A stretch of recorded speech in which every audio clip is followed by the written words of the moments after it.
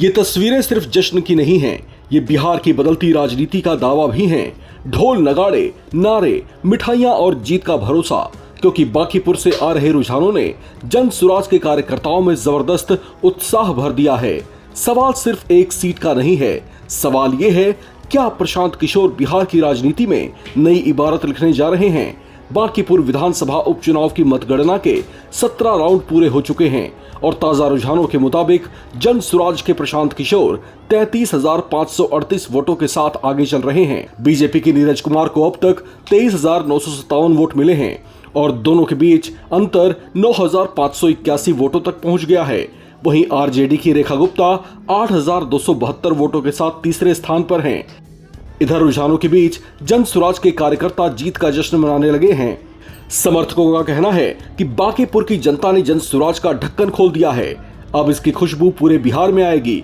वहीं पार्टी के बिहार अध्यक्ष मनोज भारती ने इसे बदलाव की राजनीति का समर्थन बताते हुए कहा कि ये संदेश है कि जन सुराज की आवाज अब पूरे बिहार तक पहुंच चुकी है। क्या आप लोग को उम्मीद थी शुरू से लेकर अंत तक आप लोग अभी तक बढ़त बनाए हुए हैं?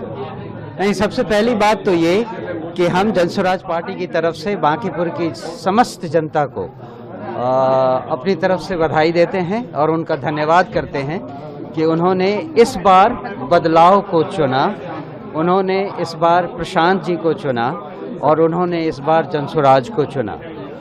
जो दूसरी बात है वो ये ध्यान देने की है कि इसमें जन सुराज की तरफ न जाति का, न धर्म का, न विचारधारा का किसी भी चीज़ का बंटवारा नहीं हुआ।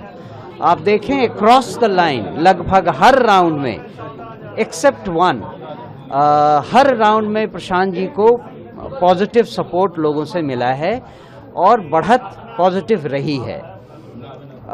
ये दिखाता है कि पूरे बांकीपुर में कोई भी ऐसा पॉकेट नहीं था जहां जन सुराज की आवाज़ नहीं पहुंची हो और जहां प्रशांत किशोर के व्यक्तित्व की छाप नहीं पड़ी हो। मेरे ख्याल से यह एक बहुत बड़ी विक्ट्री है बिहार में प्रजातंत्र को जिंदा रखने के लिए। एक आदमी जो विपक्ष को रिप्रेजेंट करेगा सही ढंग से, वो अब विधानसभा में पहुंचने वाला है और इससे बिहार की आगे की राजनीति पर बहुत गहरा असर पड़ेगा, इसमें कोई शक नहीं। क्या वजह मान रहे हैं कि हर पॉकेट से आपको वोट मिल रहा है? और सबसे बड़ी बात है कि जिस सीट पे प्रशांत किशोर जी चुनाव लड़ रहे हैं वो बीजेपी का गढ़ माना जाता था और बीजेपी के किसी नेता ने शायद कहा था कि यहाँ से कोई भी खड़ा होगा तो जीत जाएगा। देखिए, प्रजातंत्र में गढ़ बनाती भी जनता है और गढ़ को तोड़ती भी जनता है। गढ़ तब तक है जब तक जनता गढ़ बनाने के लिए तैयार है। इस बार जनता ने, बांकीपुर की जनता ने ये सोच लिया था कि ये गढ़ अब बहुत लंबा चल गया है और इसे अब गिराने की जरूरत है। एक नया व्यक्ति, एक नई विचारधारा, एक नई सोच को बांकीपुर की तरफ से बिहार की को सौगात देनी है, ये लोगों ने सोच लिया था। आप लोग को उम्मीद थी इतनी बड़ी, जिस तरीके से चुनाव के रिजल्ट आ रहे हैं? अब प्रजातंत्र में कुछ कहा नहीं जा सकता। बीजेपी का जो रवैया इलेक्शंस में रहा है हमने देखा है पिछले 2-3 बार के इलेक्शंस में कि वो क्या कर सकती है। इस बार भी उन्होंने बहुत कोशिश की। चुनाव के दौरान 30 तारीख को जिस तरह की गुंडागर्दी बीजेपी के कार्यकर्ताओं के द्वारा की गई और प्रशासन ने जिस तरह उनका साथ दिया, कुछ भी संभव था। लेकिन इसीलिए शायद हम इस बात का अंदाज़ा नहीं लगा पा रहे थे कि लोगों का कितना समर्थन हमारे साथ है।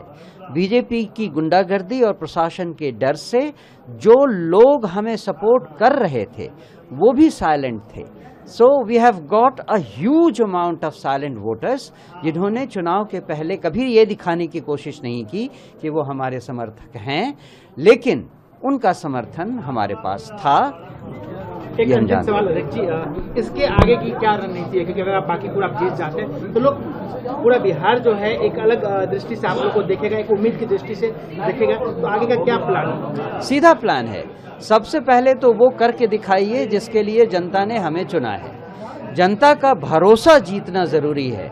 हमने कई बार कहा है और फिर से दोहराते हैं, हमारा मुख्य एम शासन पाना नहीं है, जनता का भरोसा जीतना है और बिहार में बदलाव की शुरुआत करनी है।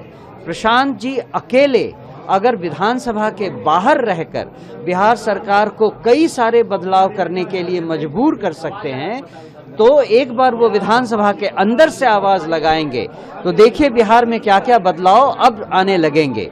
और एक बार बिहार में जनसुराज ने, प्रशांत किशोर जी ने बदलाव का आभास दे दिया तो जनता का विश्वास अपने आप हमारे साथ आना शुरू होगा।